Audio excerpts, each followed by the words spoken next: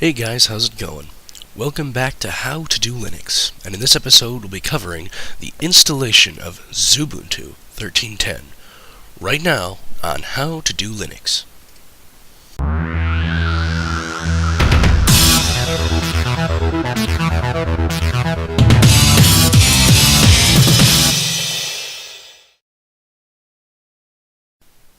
Alrighty, let's get started.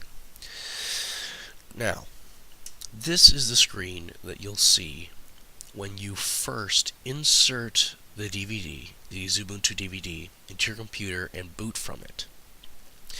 Now, if you wanted to get a look at the operating system before you installed it, you would click Try Xubuntu. Now, I am not going to go over what is included with this operating system. I will do a separate distro review of this OS without showing you the installation steps. That's what I'm doing here, is I'm showing you how to install it. So, since that's the only thing I'm going over, I'm going to make sure that English is selected, because I speak English here. And then I'm going to go over and click Install Xubuntu, because that's what we are here to do. So, click Install Xubuntu and wait for the next dialog box to pop up.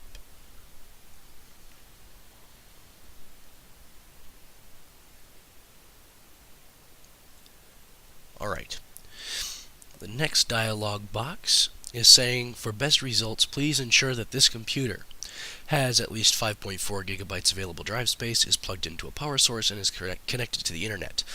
My computer has all of those three things true for it, so I will select download updates while installing. That is so when your system is installed and you boot from it the first time, you don't have a ton of updates to download. Now, that isn't to say that you won't have to install a ton of updates.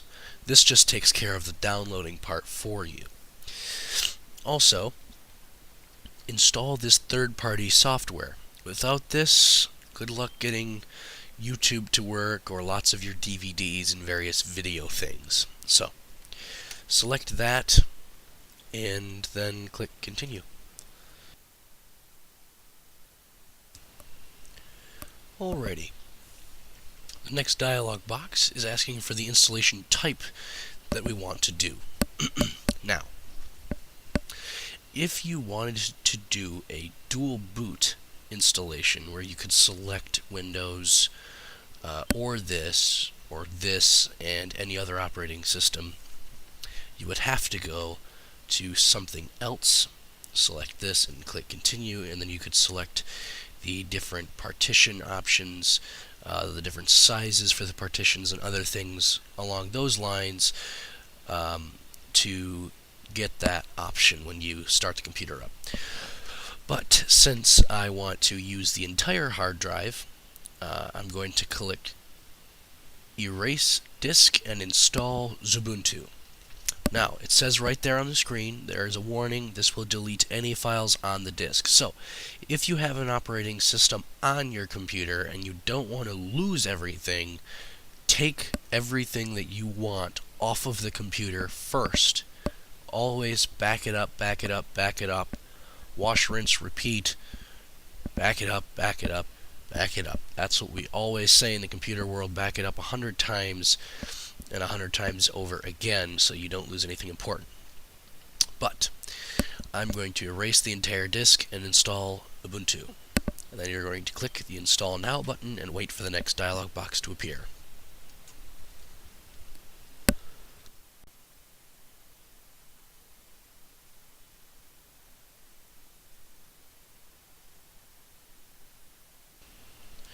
Alright, the next dialog box is asking us where we are. And before anybody asks or complains, no, of course, this is not for the NSA. This is simply so that the operating system knows which time zone you're in, so it can know what the clock should be, and what the clock should read. I am here-ish. I'm much closer to Detroit than I am to New York, so I'm going to select the nearest large city time zone to me, and then I will click continue and wait for the next dialog box once again.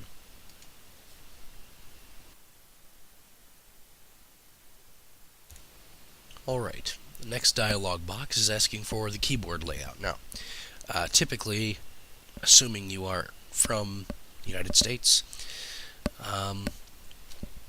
your keyboard will be laid out just like mine.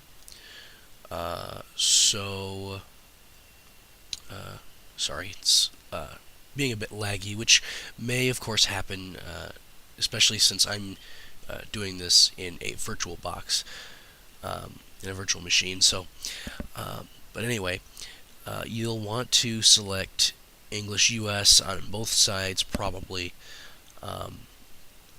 assuming you are from the US. Of course, if you're from the United Kingdom, you would select English UK or South Africa, Nigeria, Ghana, respectively, if you are from any of those areas. Now, if you're from the US and you're using an alternate keyboard, that's what the list on the right is for, giving you those alternate options, such as Colmac and Dvorak and the Macintosh keyboard and things like that.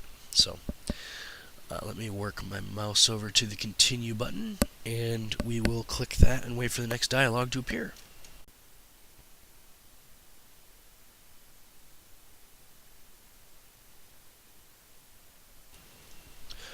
Alright, now it's asking who we are.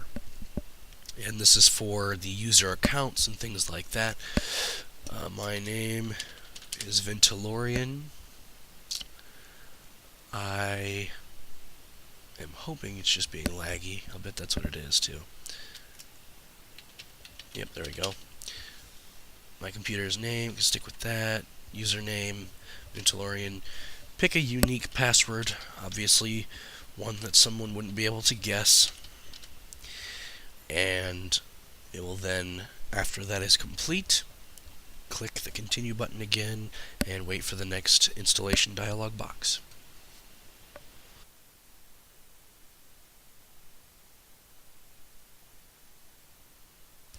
Alright, and there's the next dialog box, which is the last dialog box. So, I'm not going to make you sit through this installation process. Basically, that little blue bar at the bottom will go all the way across until the complete operating system is installed.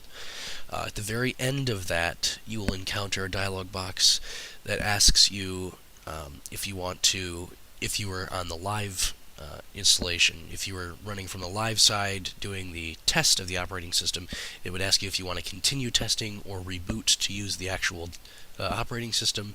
But since I didn't select that, this will ask if we want to reboot, and which of course you do, and you'll want to hit reboot, and when you do, it'll ask you to remove the virtual disk if you're in VirtualBox, or ask you to remove the actual DVD if you're not, and then you can restart the computer and it will boot into your new installation.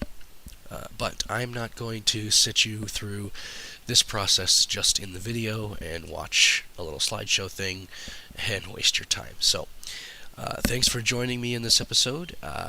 Be sure to check back for the next episode, which will be a review of this installed operating system Xubuntu. And after the review, I'll be doing a customization video to make it not look so Windows XP-ish, Windows 98-ish. So, yeah, thanks for joining me, and I'll see you next time.